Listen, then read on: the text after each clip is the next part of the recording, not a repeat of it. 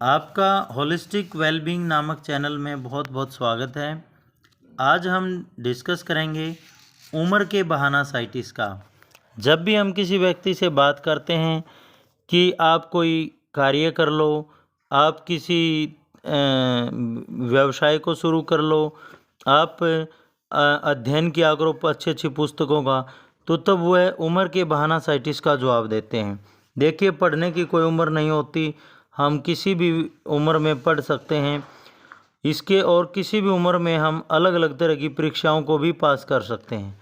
यदि हम अपने देश के दृष्टिकोण से देखें तो नेट जेआरएफ के लिए कोई आयु निर्धारित नहीं है, नीट के अंदर कोई आयु निर्धारित नहीं है, और इसी तरह की दूसरी फील्ड्स हैं जिनमें आयु का निर्धारण नहीं है।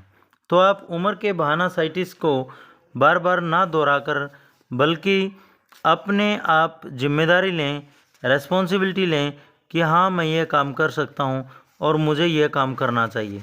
आपको पुस्तकें पढ़ते रहना चाहिए, अपना सेल्फ डेवलपमेंट करते रहना चाहिए। जब आप अच्छी अच्छी पुस्तकें पढ़ेंगे या यूट्यूब पर भी आपके पास पुस्तकें खरीदने का या पढ़ने का समय नहीं है तो यूट्यूब पर बुक समरी आती रहती हैं, तो आप अलग अलग बुक समरी के चैनल्स को सुन सकते हैं। जैसे 365 बुकनेस नामक चैनल भी है, उस पर जाकर आप अलग अलग तरह की पुस्तकों का समरी सुन सकते हैं।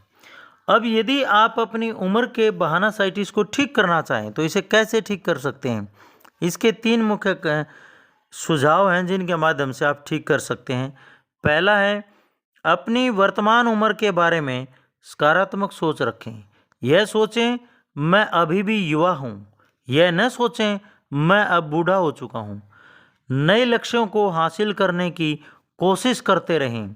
ऐसा करोगे तो आप में मानसिक उत्साह आ जाएगा और आप अधिक युवा भी दिखने लगेंगे।